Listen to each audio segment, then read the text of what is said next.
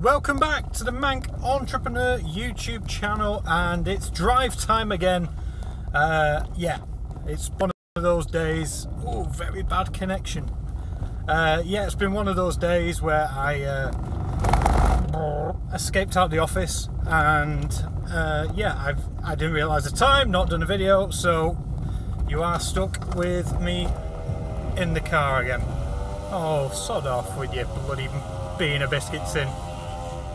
Anyway, on to today's topic, which is all about preparing your business, your e-commerce business, for Q4, Black Friday, Christmas, Cyber Monday, whatever you want to call it. But chances are, if you're running an e-commerce business, this time of the year, which is coming up, it's practically upon us already, is, you know, very, very important. Now, I'm about to run over a man and a dog. Get out the road, pal. Never mind, I'll get out of your way. Yeah, so again, apologies, there'll be plenty of distractions on this journey, but there's three things which I think you really need to focus on in the next few weeks of your business, purely because tomorrow's September. Chances are when you're watching this, it's now September. And when it's September, whether you like it or not, it's now Christmas. As far as e-commerce and retail goes, we're now into the Christmas period. And yeah, you need to prepare your business now.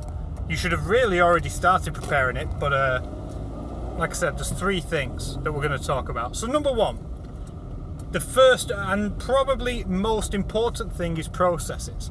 Now, if you've had a Q4 Christmas period before, if you've been in business a couple of years, then you should be no stranger to what's about to happen. You should expect the ramp up in traffic, in sales, and one of the first things that is going to break is processes. And by processes, I'm going to hyphenate that to software as well. So I think the best advice for this, and the best advice that you can do, is to take a step back from your business and take a look at the processes, because it's very easy to get into a habit of looking at the different aspects of your business, you know, the stock intake, the pick, pack and dispatch process, the listing process, the image creation, whatever that might be, or whatever aspect of your business that you are looking at. Chances are things are going to get a little bit more hectic over the next few weeks and certainly months. So my advice would be to take, you know, if you handle it yourself, fair enough, it's going to be a little bit harder. You're going to have to sort of mentally take a step back whilst you're doing it and assess whether there's an easier, better way that you can do it. Or if you have a team in place, watch them. Obviously tell them what you're doing. You're not like trying to catch them out or check up on them, micromanage. You're just looking to see if the process can be slicker and more efficient. Because like I said, nothing is going to hit your glass ceiling. And by glass ceiling, I mean you're going to reach the maximum amount of orders that you can process a day before things start to go wrong. And you want to try and get that glass ceiling as high as possible. Every business will have the glass ceiling. Amazon has a glass ceiling, but Amazon's glass ceiling is in the millions of orders a day. Yours is probably not. So like we're saying, take a look at processes. Look at how, like I said, try and look externally. How can you do better? How can the process be quicker, more efficient, have less room for error? So that's number one, processes, and along with that, software. Is there software which could make your processes easier? Is there software which is making your processes harder? Is there software which just doesn't fit your business? Now is the perfect time to be looking at this. Sorry mate, just run across the road. Number two, staff. Now again, this again is very similar to processes and software. It stands to reason that if you are going to be having an increase in traffic, an increase in sales, you're also going to be having an increase in customer service. Or, like I said, eBay questions, website questions, Amazon queries, telephone calls, whatever it may be, whatever medium that you allow people to contact you on, chances are over the next 3 or 4 months that's going to get even busier. And as a business owner, if you're watching this and you run the business, that is not the best use of your time. Whether you're one of those weird people who loves answering customer service questions, and I have met some, they do exist. If you're one of those people, that's fine, but trust me, it's not the best use of your time as the business owner coming into Q4. You need to either outsource that, bring someone else into the business, and get them trained as quickly as possible. Ideally, like I said, over the next few weeks, because, like I said, staff is going to be crucial to your success. Staff is one of the key things, if not the key thing in a business, which is going to help you scale. And scaling is important in Q4. When the traffic is there, when the orders are there, you don't want to give those customers a bad experience. So, staff, do you need to start hiring?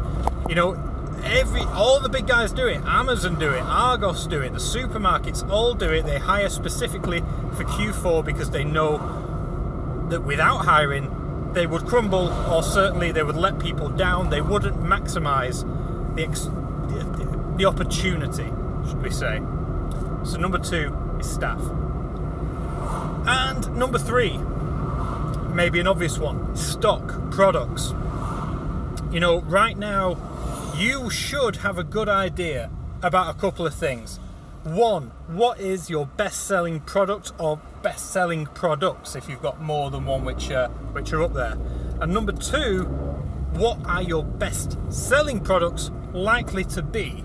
So if you're in the toys and games industry, then obviously it comes around every year. This is your, you know, what is the must-have toy this year?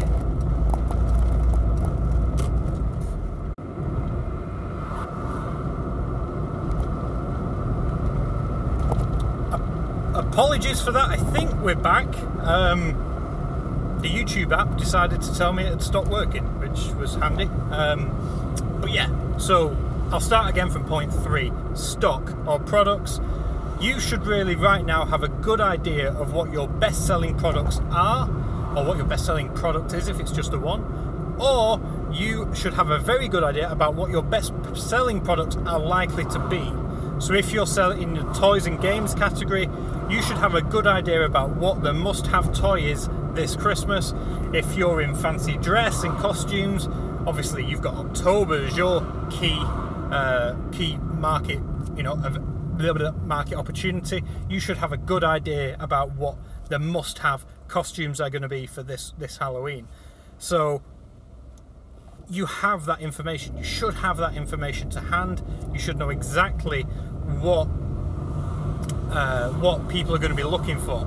If you don't have that type of information, then you just have to go off either your instinct, off keyword research tools like I think AMZ Tracker, Jungle Scout give you a rough idea. Google Trends is another great one.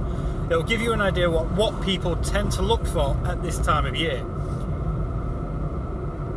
But keeping it simple is what I'm all about. Is realistically, what is your best-selling product and what is the seasonality within your categories? You should then be looking at how are you going to meet the demand for that product. How are you going to, you know, have you got suppliers that you can call? Have you got a good relationship with suppliers? Now's the time to ring them, or even better, go and pay them a visit and ask the questions. You know, what sort of lead time have we got on certain products? How quickly can we get them? Blah, blah, blah. You need to basically protect. You think of like Q4 as a cow. You have to milk it for everything it's worth when it comes to Christmas, Black Friday, Cyber Monday, and all that sort of jazz. So making sure that you have products in stock. There's nothing worse. There'd be nothing worse than running out of product the week before Black Friday, or the week before the second week of Christmas, the first week of December. You're missing a huge sales opportunity. So again, preparing stock in advance, even just buying seasonal stock, whatever it may be, you have to make sure that you have the products there to sell. As without that, you can have all the processes in the world, you can have all the stuff in the world, but if you don't have the stock to sell, what's the point? So those are my top 3 things which you need to start thinking about in preparation for Christmas, Q4, December, Black Friday, Cyber Monday, whatever it is that you want to call it, whatever your seasonality is. And really, like I said, don't mess it up. I know so many people who either get complacent, they don't realize how big it's going to be. Again, if it's your first Christmas, that can happen. You know, it's better to have too much stock than not enough stock.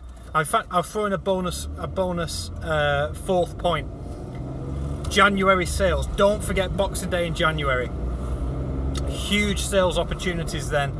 You can even buy stock to run as a sale. If you can find the right products cheap enough that you can run as a promotion, do it. And like I said, don't worry about excess stock. You'd rather have too much than too little, because that's what January and Boxing Day are for. You should be able to make enough money in Q4, in November, December, to make sure that if push comes to shove, you can reduce prices in January to get rid of the slow moving stock or the excess stock, and start preparing for spring summer 2018. So those are my top 3 tips, again, to sort of re-go over what we're talking about. Number 1, processes and software. Number 2, staff. And number 3, stock / products, whatever it is you want to call it. They're the top 3 things. You have to start thinking about it. If you've not started thinking already, you really need to start preparing.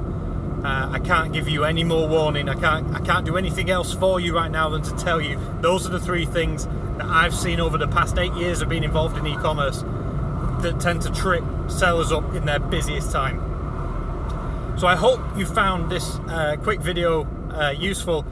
If you have, hit that like button. I do apologise, it's another car episode, but hopefully things will get back to normal soon. I should be in the office for tomorrow's episode.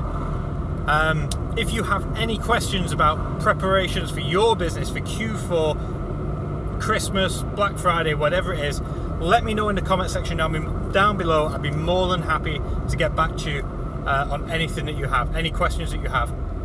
With that said, enjoy the rest of your Thursday, and I'll catch you, as always, in tomorrow's episode. Thank you for watching.